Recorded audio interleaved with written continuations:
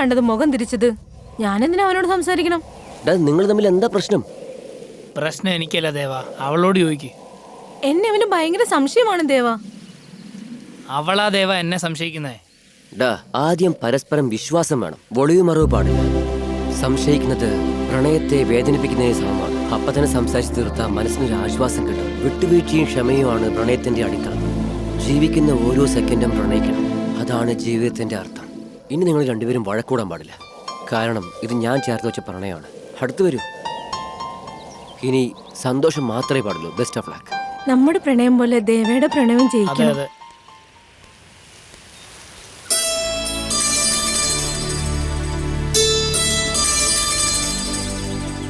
Gomathi, hi ചേച്ചി.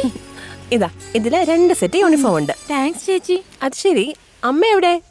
അകത്തുണ്ട്. വീട്ടിൽ പലിശക്കാരങ്ങൾ വന്നിട്ടുണ്ട്. അയാളോട് സംസാരിച്ചോണ്ടിരിക്കാം. അതുകൊണ്ട് അമ്മ എന്നോട് പുറത്ത് കളിക്കാൻ പറഞ്ഞു.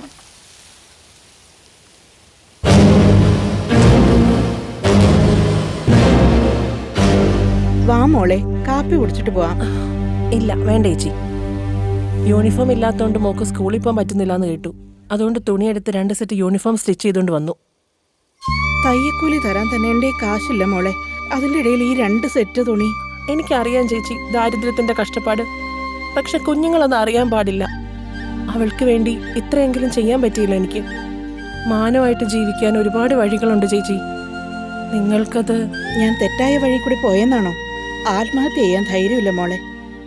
ഇവളുടെ ഭാവി ഓർത്ത് മാത്ര ഞാൻ ആ ദുഷ്ടന്റെ നിന്ന് കാശ് കടം വാങ്ങിച്ച്. അതോടുകൂടി ഇപ്പൊ എന്റെ ജീവിതം നരകായി. ആരോടാ സംസാരിക്കുന്നേ? എന്താ തേനെ, കാശ് വല്ലതും വേണോ? നിനക്ക് നേരിട്ട് ചോദിക്കാവുന്നതല്ലേ ഉള്ളൂ. നീ അത് മനസ്സിലാക്കാതെ പഞ്ചവർണത്തിന്റെ അടുത്ത് പറഞ്ഞ് അവള് വന്ന് എന്റെ അടുത്ത് പറഞ്ഞ് എന്തിനാ ഇതൊക്കെ? എനിക്ക് അങ്ങനത്തെ ഒരു അവസ്ഥ വരില്ല. ഇത് തന്നെയാ അവളും പറയുന്നേ. മുതൽ അങ്ങനെ തന്നെയുണ്ട്, പലിശ മാത്രമേ കിട്ടുന്നുള്ളൂ. ഞാൻ പോട്ടെ, അടുത്ത മാസം കാണാം. ഗോമതി, ഞാൻ പോട്ടെ മോളെ. അമ്മ വേലി ചാടിയ മകള് മതില് ചാടുമെന്ന് കേട്ടിട്ടില്ലേ? ഇവളുടെ ജീവിതം എങ്ങനെയാവണമെന്ന് നിങ്ങളാണ് ചേച്ചി തീരുമാനിക്കേണ്ടത്.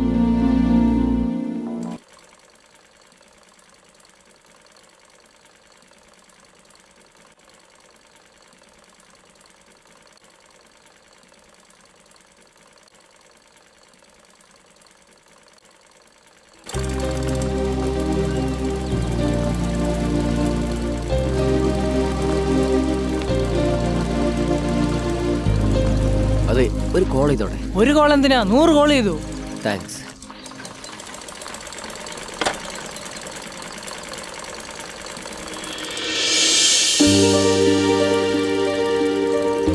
അളിയ, ഞാൻ ഒരു കവിത പറയാം. അതെങ്ങനെയുണ്ടെന്ന് പറയോ? നിന്റെ മുടിയുടെ ഗന്ധം എന്നെ നല്ലൊരു മനുഷ്യനാക്കുന്നു. നീ സമ്മതിക്കുവാണെങ്കിൽ നിന്റെ നിലാവ് പോലെയുള്ള നെറ്റിയിൽ ഞാനൊരു ചുമന്ന സൂര്യനായി എന്നും ഉണ്ടാകും. എൻ്റെ ആകാശത്തിൽ എപ്പോഴും 2 ചന്ദ്രൻ, അതാണ് നിന്റെ മിഴികൾ.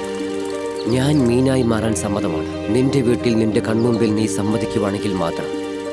അവസാനമായി പറയുന്നു, നിന്നിൽ ഞാൻ, എന്നിൽ നീ. എങ്ങനെയുണ്ടാ? തകർത്തു. കവിത സൂപ്പർ. എന്റെ മനസ്സിൽ ഇപ്പോഴെങ്കിലും മനസ്സിലായിട്ടുണ്ടാവും തോന്നുന്നു. ഞാൻ ഒരു സത്യം പറയട്ടെ, എന്താ? നിങ്ങളുടെ കവിത തേൻ പോലെ മധുരമുണ്ട്. Thank you. ശരിയല്ലേ ചേച്ചി? കവിത സൂപ്പർ അല്ലേ? എന്താടാ ഇവിടെ ഞാൻ പറഞ്ഞ കവിത ഒന്നും കേട്ടില്ല. ഈ ചേട്ടൻ പ്രണയത്തെ പറ്റി ഒരു കവിത പറഞ്ഞത് അടിപൊളിയായിട്ടുണ്ട്. ഏയ്, മറ്റുള്ളവരുടെ സ്നേഹത്തിന്റെ കഥകളൊക്കെ ഒളിഞ്ഞു നിന്ന് കേൾക്കുന്നത് ഭയങ്കര മോശാടാ. കവിതയ്ക്ക് വേണ്ടി എന്റെ കൂട്ടുകാരന്റെ കാലിൽ ചുമ്മാ നോയിക്കൊണ്ടിരിക്കുന്നെന്താ? പ്രണയിക്കുമ്പോ കണ്ണു മാത്രല്ല, ചെവിയും കൂടി ശ്രദ്ധിക്കണം. നല്ല കാലമുണ്ടാവട്ടെ, നല്ല കാലമുണ്ടാവട്ടെ. എല്ലാം നല്ല രീതിയിൽ നടക്കാൻ പോകുന്നു. ഈ വീട്ടിലേക്ക് ഒരു നല്ല വാർത്ത വന്നെത്തും. ഇതെന്താ നമ്മുടെ ആളെ ഇനിയും പുറത്തു വരാത്തെ? ഈ വീട്ടിൽ എത്രയും പെട്ടെന്ന് ഒരു കല്യാണം നടക്കും. ഇതെന്താ ഇവിടെ ഇനിയും കാണാത്തെ? ഞാൻ അത്രയും നേരം പറഞ്ഞു വെറുതെ. എന്താ ബ്രദർ, നിന്റെ ഏരിയ വിട്ട് എന്റെ ഏരിയയിൽ വന്നതും പോരാ, ആര്യെ പോലെ കിടന്ന് എന്തൊക്കെ കാണിക്കുന്നുണ്ടല്ലോ. അതെ, നിന്റെ ID പ്രൂഫ് കാണിക്കേ. ID പ്രൂഫോ? അതെ, ഇതിനൊക്കെ ആരെങ്കിലും ID പ്രൂഫ് ചോദിക്കൂ? നീ എന്താ വിചാരിച്ചു ചോദിക്കുന്നത്? ആൾ ഇന്ത്യയിൽ തന്നെ ഇതിനൊരു യൂണിയൻ വരട്ടെ, ഇതിന്റെ ഓർഗനൈസേഷനും ഉണ്ട്. ആരോട് അറിയോ നിനക്ക്? അളിയ, നല്ല തണുപ്പുണ്ട്, ഒരു ബീഡി നെയ്ത് തരും. സംസാരം മാറ്റല്ലേ നീ. ആടാ നീ ഇങ്ങനെയൊക്കെ വേഷം ഇട്ട് കിടക്കുന്ന എന്താ വേഷം വരാടോ എന്ന് വിചാരിച്ചു ചോദിക്കുന്ന നീ? അത് ഞാൻ കള്ളനല്ല, എന്നെ വിശ്വസിക്കേ. ഏയ് എന്നെ കൂടെ ഷോപ്പറമ്പിൽ വന്നേ. ശവപ്പറമ്പിലേക്കോ? ഇവനെന്താ പോയേ?